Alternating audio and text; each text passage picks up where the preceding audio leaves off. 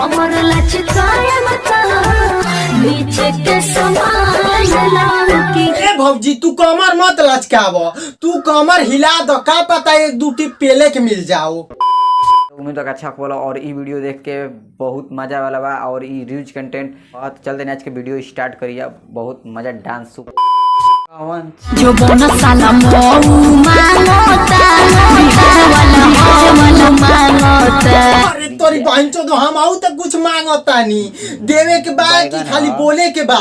खप खप खप खप खप खप खप मारो धके कमडिया ये होसा मोडिया सडिया लहसा डकावो। अरे भौजी पेलब धोतिया खोल के ना, मतलब जब मरवावे के मूड बनाई ले बारू त लाड़ चाटे खातिर कहतारू सरिया लोहे सरकावो। मन भरा जो जरो देबे कोनी। यही नहीं, अभी और सुनिए।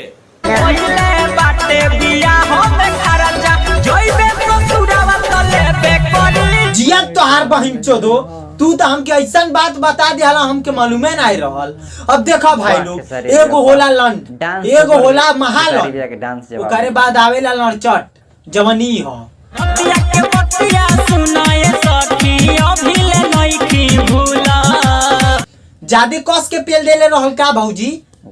तब तो बड़ा भभात हुई, फाट गई लुई गाड़िया। अरे माई रे सैया मुहावे पदी हले चुराई रे सखी, सैया मुहावे पदी हले चुराई रे सखी, सैया मुहावे पदी हले चुराई रे सखी, सैया मुहावे पदी हले चुराई रे सखी। बहुत शानदार, गजब झकास, लड़वा लहसुन कपास। ए जादू जी उठावा ना घघरिया। हाँ और घघरिया उठा के पेल दो, खबर खबर खप खप खप खप। आवला हंगा उठा के चुमा ले लो राजा जी। ये उठौनी लहंगा देखो भौजी, हम चुम्मा ले हनी, अब एकारे बाद अगर चुम्मा लेवे के बात कैलू तो लहंगा उठा के बांस डार दे। रही तकी उड़हनी तोहारे बने जहिती छाती पतारा चढ़ जायती। अरे सरा ओढ़नी का है, हम तो कहता नहीं ओकर नीचे में कछिया बन जा, उ मुतत रही तू सोखत रही हो। तेल लगा के डालो ये सोनिया अरे तोरी बहन चोदो, तेल का है हमारे लगे आऊ, हम गिरीश लगा के मारता नहीं सर सर जाई। अचके में बहुत दर्द दिया है, लहंगा उठा के सट सट लिया है। देख लो सारे के हम मांगे ली तो नहीं देला और दूसरे के सटा सट देता। बात तोरे बहन चोदो, जो बोनस साला मऊ मांगता बिहार वाला हऊ मांगता। हई गोरखपुर वाला तोहर गड़िया मांगता, देबू पेल के आगा दे।